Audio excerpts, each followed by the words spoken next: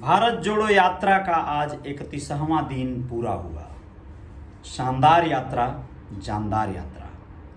राहुल गांधी इसका पूरा नेतृत्व कर रहे हैं और जोरदार यात्रा का आगाज किए हुए हैं। 31वां दिन पूरा होने के बावजूद भी जो ऊर्जा स्तर है वो बरकरार है। 150 दिनों की ये यात्रा है और आप लोगों को यह बहुत ही ज़्यादा कहीं ना कहीं देश को जोड़ने की कवायद है, ऐसा कहना है कांग्रेस के राहुल गांधी जी का और पूरी पार्टी का।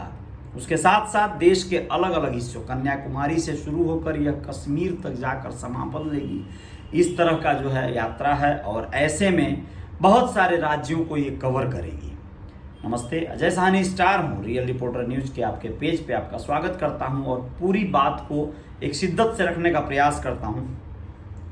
राहुल गांधी ने कहा है कि हमारी भारत जोड़ो यात्रा भाजपा व आरएसएस द्वारा फैलाई गई हिंसा व नफरत के खिलाफ है। हम भारत को जोड़ने निकले हैं। उन्होंने पीएफआई के सवाल पर कहा, इससे कोई फर्क नहीं पड़ता कि नफरत फैलाने वाला व्यक्ति कौन है और वह किस समुदाय से आता है। ये बहुत अच्छी बात उन्होंने कहा है, ये बहुत बिल्कुल सटीक है, ये तर्क सही है। भारत जोड़ो यात्रा के 31वें दिन कांग्रेस नेता राहुल गांधी ने भाजपा पर जमकर निशाना साधा।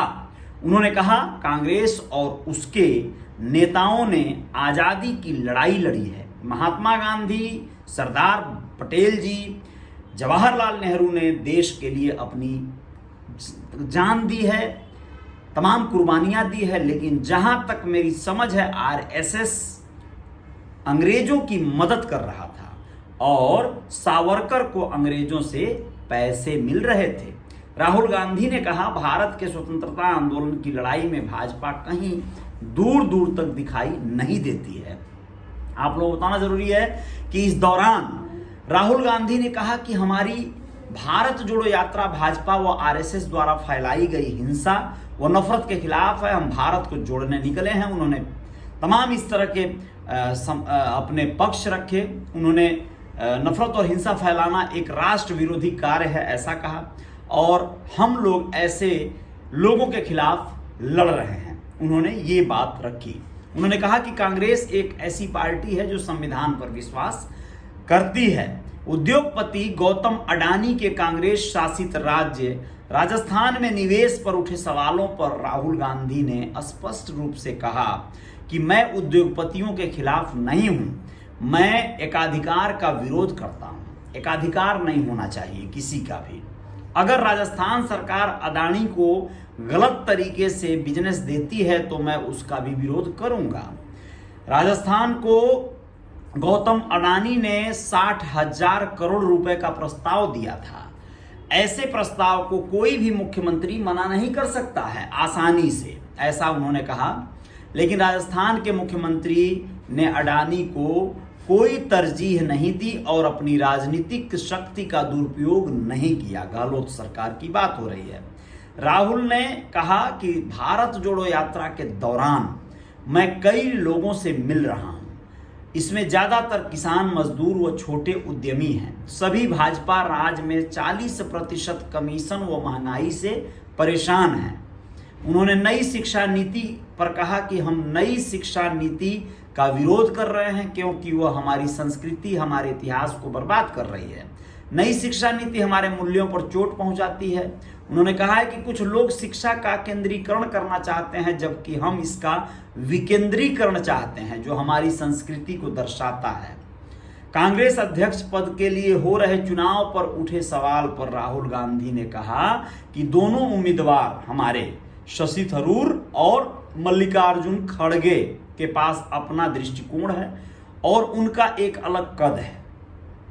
वे अपने लोगों की समझ रखते हैं। राहुल ने कहा कि मुझे नहीं लगता इन दोनों उम्मीदवारों में से कोई भी गांधी परिवार के द्वारा रिमोट किया जाएगा या किया जा सकता है। दरअसल राहुल गांधी उन सवालों का जवाब दे रहे थे जिसमें कहा गया था कि नया कांग्रेस अध्यक्ष गांधी परिवार का रिमोट कंट्रोल होगा।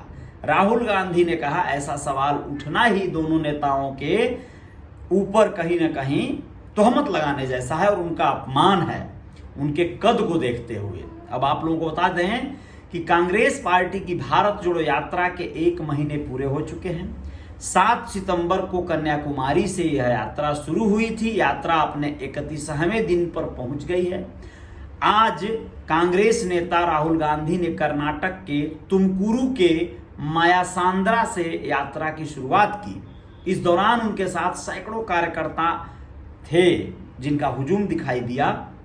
इससे पहले शुक्रवार यानी कल भारत जोड़ो यात्रा में इंदिरा लंकेश और कविता लंकेश भी शामिल हुई थी। 2 महिला जो थी ये पत्रकार और सामाजिक कार्यकर्ता। गौरी लंकेश की मां वो बहन है।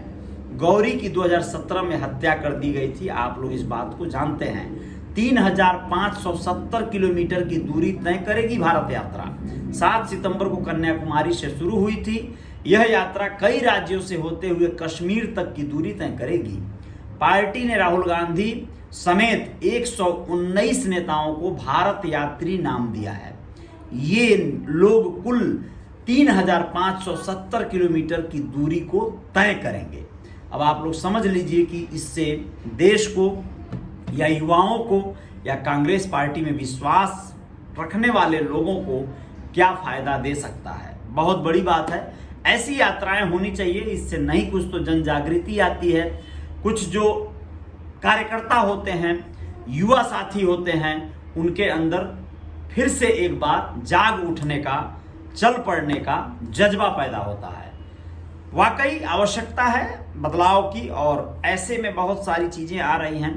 गुजरात में केजरीवाल को बहुत सारे अपमान और अवसाद झेलने पड़ रहे हैं। राजनीतिक द्वेष ठीक है, राजनीतिक द्वंद्व भी ठीक है, लेकिन जब व्यक्तिगत टिप्पणियां बहुत ज्यादा होने लगती हैं तो फिर पब्लिक को जागरूक हो जाना चाहिए, जनता को जाग जाना चाहिए। ये बहुत जरूरी है, तभी संविधान और आपका कहीं ना कहीं लोकतंत्र जीवित रह पाएगा। नमस्ते। मैं कुछ और खबरों के साथ आऊँगा। जय जयकार तो जारी रहेगी। बहुत बहुत धन्यवाद, शुक्रिया आप सभी का।